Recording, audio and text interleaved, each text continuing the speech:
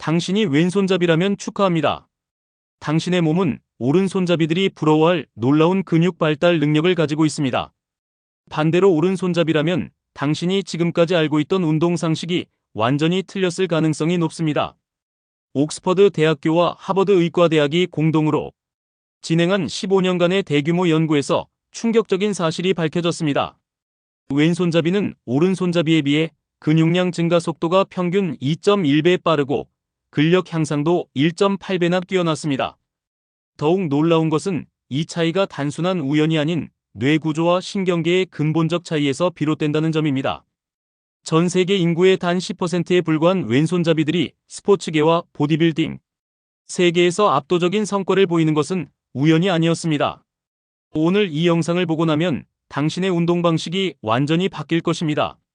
뇌 구조의 차이가 만드는 근육 발달의 비밀.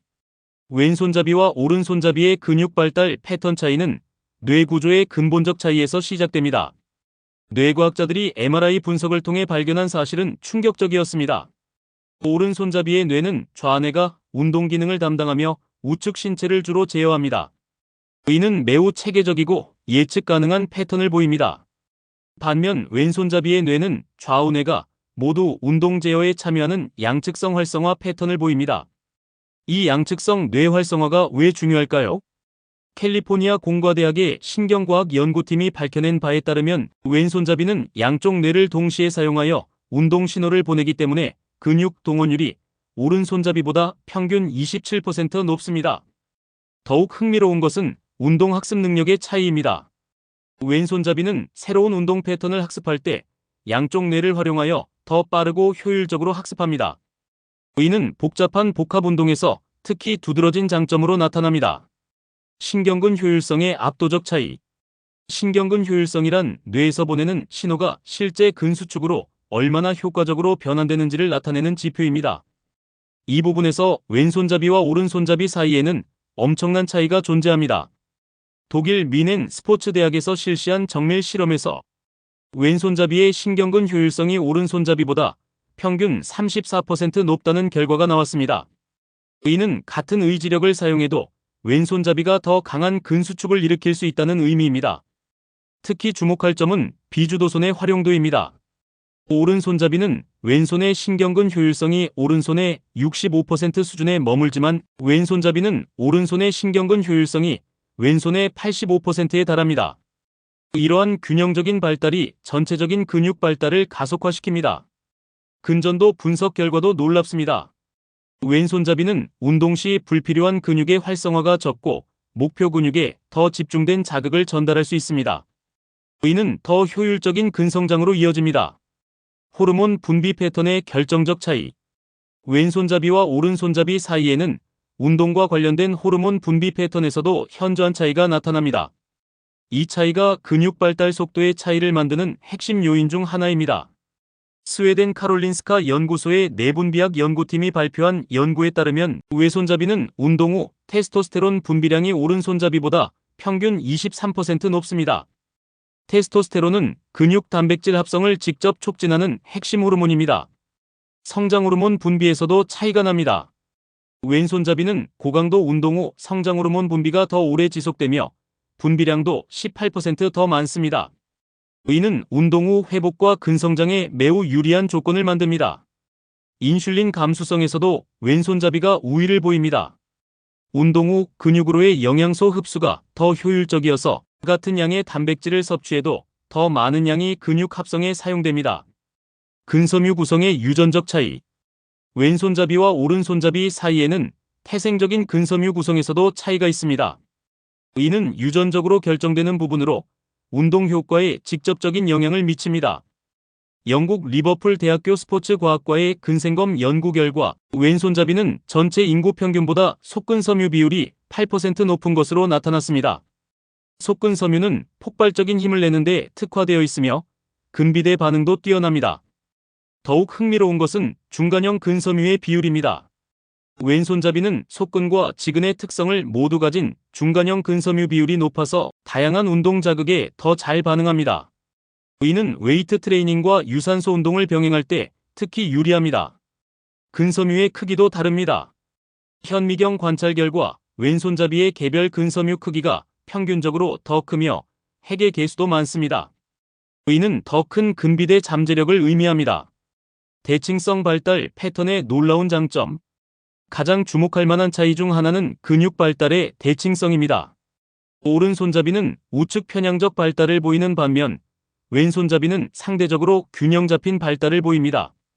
DXA 스캔을 이용한 정밀 체성분 분석 결과 오른손잡이의 좌우 근육량 차이는 평균 12%인 반면 왼손잡이는 6%에 불과했습니다. 이러한 대칭적 발달은 부상 위험을 줄이고 전체적인 운동 능력을 향상시킵니다. 특히 코어 근육의 발달에서 왼손잡이의 우위가 두드러집니다. 양측성 뇌활성화로 인해 체간 안정성이 뛰어나며 이는 모든 운동의 기초가 되는 중요한 요소입니다. 하체 근육 발달에서도 마찬가지입니다. 왼손잡이는 좌우 다리의 근력 차이가 적어서 스쿼트나 데드리프트 같은 양측성 운동에서 더 높은 중량을 안전하게 다룰 수 있습니다. 운동 학습 능력의 압도적 우위. 새로운 운동을 배우는 속도에서도 왼손잡이가 현저한 우위를 보입니다. 이는 복잡한 운동 동작을 마스터하는 데 걸리는 시간과 직결됩니다. 호주 시드니 대학교의 운동학습 연구실에서 실시한 실험에서 왼손잡이는 새로운 웨이트 트레이닝 동작을 배울 때 오른손잡이보다 평균 40% 빠른 학습 속도를 보였습니다. 특히 복합 운동에서 이 차이가 극명하게 나타납니다. 클린 앤 저크나 스네치 같은 기술적 운동을 배울 때 왼손잡이는 양쪽 뇌를 활용한 입체적 학습이 가능합니다. 운동 기억의 보존력도 뛰어납니다. 한번 학습한 운동 패턴을 오래 기억하며 재학습 속도도 빠릅니다. 이는 운동을 중단했다가 재개할 때 유리한 조건이 됩니다. 통증 인지와 회복력의 차이. 왼손잡이와 오른손잡이는 운동으로 인한 통증을 인지하고 처리하는 방식에서도 차이를 보입니다. 이는 운동 강도와 지속성에 직접적인 영향을 미칩니다. 네덜란드 암스테르담 대학교 의과대학의 연구에 따르면 왼손잡이는 운동 중 통증 역치가 오른손잡이보다 평균 15% 높습니다. 즉, 같은 강도의 운동을 해도 덜 고통스럽게 느낀다는 의미입니다. 회복 속도에서도 차이가 납니다. 왼손잡이는 운동 후 근육통이 더 빨리 사라지며 다음 운동까지의 회복 시간도 짧습니다. 크레아틴 키나제 수치 변화를 보면 왼손잡이가 24시간 빨리 정상 수준으로 돌아옵니다. 염증 반응도 다릅니다. 왼손잡이는 운동 후 염증성 사이토카인 분비량이 적고 항염 사이토카인 분비는 더 활발합니다. 이는 더 빠른 회복과 적응을 가능하게 합니다. 심혈관 효율성의 숨겨진 차이. 근육 발달에 직접 영향을 미치는 심혈관 기능에서도 왼손잡이와 오른손잡이 사이에 의미 있는 차이가 존재합니다. 덴마크 코펜하겐 대학교 심장학과의 연구에 따르면 왼손잡이는 운동 중 심박 출량이 오른손잡이보다 평균 8% 높습니다. 이는 근육으로의 산소와 영양소 공급이 더 효율적임을 의미합니다. 말초 혈관의 확장 능력도 뛰어납니다. 운동 중 근육 내 모세혈관 확장도가 더 크며 이는 운동 중 근육 내 대사 환경을 개선시킵니다. 젖산 제거 능력에서도 우위를 보입니다. 고강도 운동 후 혈중 젖산 농도가 더 빨리 정상화되며 이는 연속적인 고강도 세트 수행에 유리합니다. 부상 저항성과 관절 안정성. 왼손잡이의 균형적인 근육 발달 패턴은 부상 저항성에서도 큰 장점을 제공합니다. 이는 장기적인 운동 지속성에 매우 중요한 요소입니다. 노르웨이 스포츠과학대학의 10년간 추적 연구에서 왼손잡이 운동선수들의 부상 발생률이 오른손잡이보다 26% 낮다는 결과가 나왔습니다. 특히 어깨 관절의 안정성에서 큰 차이를 보입니다. 왼손잡이는 양쪽 어깨의 근력 균형이 좋아서 회전근개 부상 위험이 현저히 낮습니다. 척추 정렬도 더 안정적입니다. 코어 근육의 균형적 발달로 인해 척추 측만증이나 디스크 질환의 발생률이 낮습니다. 영양소 활용도의 차이. 같은 영양소를 섭취해도 근육 합성에 활용되는 효율성에서 왼손잡이와 오른손잡이 사이의 차이가 있습니다. 프랑스 파리 7대학 영양학과의 연구에 따르면 왼손잡이는 운동 후 단백질 흡수율이 오른손잡이보다 14% 높습니다. 이는 소화효소 분비 패턴과 관련이 있는 것으로 보입니다. 탄수화물 대사에서도 차이를 보입니다. 왼손잡이는 운동 중 글리코겐을 더 효율적으로 사용하며 운동 후 재합성 속도도 빠릅니다. 크레아틴 보충제에 대한 반응성도 다릅니다. 왼손잡이는 크레아틴 보충 시 근육 내 크레아틴 농도 증가폭이 더 큽니다. 연령에 따른 발달 패턴 변화. 흥미롭게도 왼손잡이의 근육 발달 우위는 연령에 따라 다르게 나타납니다.